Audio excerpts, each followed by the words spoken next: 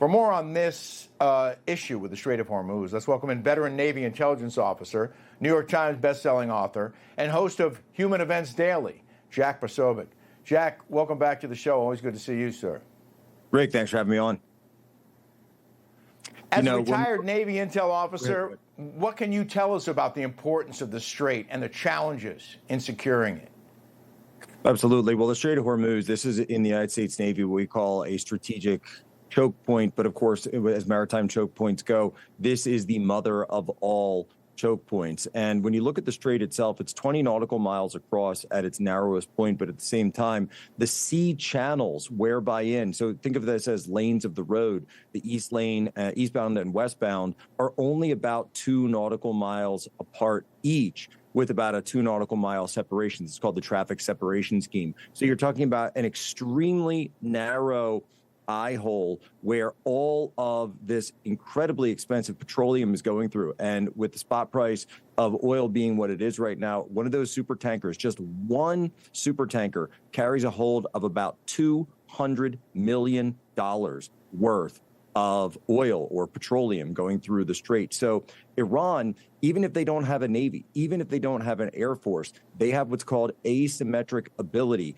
Put mines into this water, even if they, you push them off of a fishing boat or a dhow or a small boat, or they even have ability to use sort of missiles that can lay mines from the air. And so this becomes extremely dangerous to all of those ships trying to go through because, again, just the nature of mine warfare, you don't know where they are and who is going to be willing to risk that much money. That's always been Iran's single most dangerous capability. And of course, it's going to hurt them too, because whose oil goes through there as well? All of the oil that Iran sends to the Chinese Communist Party. Well, today, U.S. Central Command announced the destruction of 16 Iranian mine layers and multiple warships, but some mines may have already been deployed. So is the mere threat of sea mines enough to cripple shipping in the area? They're too afraid to go through there with the possibility they might get blown up. That's exactly right. Well, Rick, we have a saying in the Navy that, any ship can be a minesweeper once. If it depends on who wants to go and take that through. But in fact, the United States Navy actually has very capable counter-mine measures or mine countermeasures, MCM and MCM warfare. So we've got remote operated vehicles. We've got underwater submersibles. We've got unmanned underwater craft and side-scan sonar that can actually work to defuse these mines, or in some cases, you send something out towards it and see whether or not that takes it down. You can use a low-cost drone to be able to do stuff like that. So there are mine countermeasures that are available. But again, this takes time. And that's what Iran is doing. They think that if they can buy time strategically, that perhaps they could negotiate before anything like regime collapse or regime fall takes place. And you mentioned that Iran does not have to rely on mine-laying ships after we blew up most of them, because they do have the capability to deploy those mines from trucks via rockets, apparently by submarines too. But my question is, how much longer can they keep this up if they're getting pounded day and night by both the U.S. Air Force and the Israeli Air Force?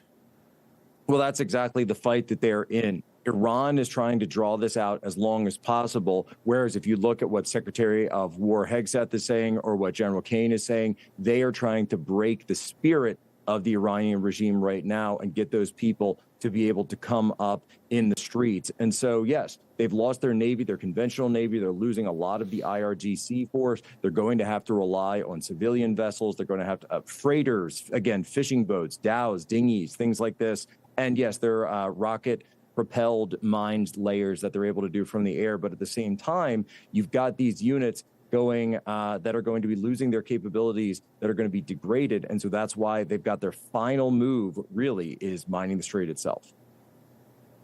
Well, and CENTCOM issued a warning to civilians that Iran is using civilian ports along the Strait of Hormuz to conduct military operations. Civilian ports used for military purposes lose protected status and become legitimate military targets. Is this another sign that Iran's getting desperate, or maybe they're hoping the U.S. attacks those civilian ports so they can blame any civilian deaths on American forces?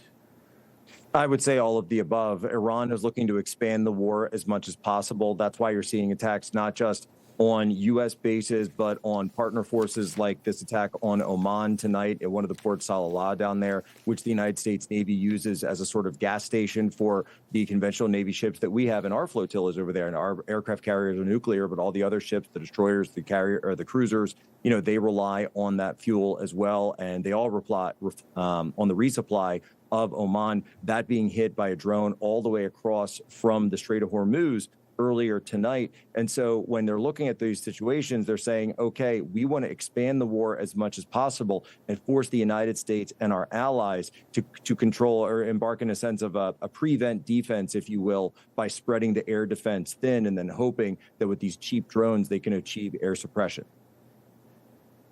Well, it is a mighty challenge for the mightiest military on the planet. Jack Posobiec, we appreciate your time very much. Thanks for joining the show. Thank you so much, Rick. God bless.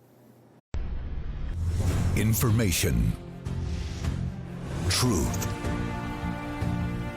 is freedom. Is Newsmax. It's real news for real people.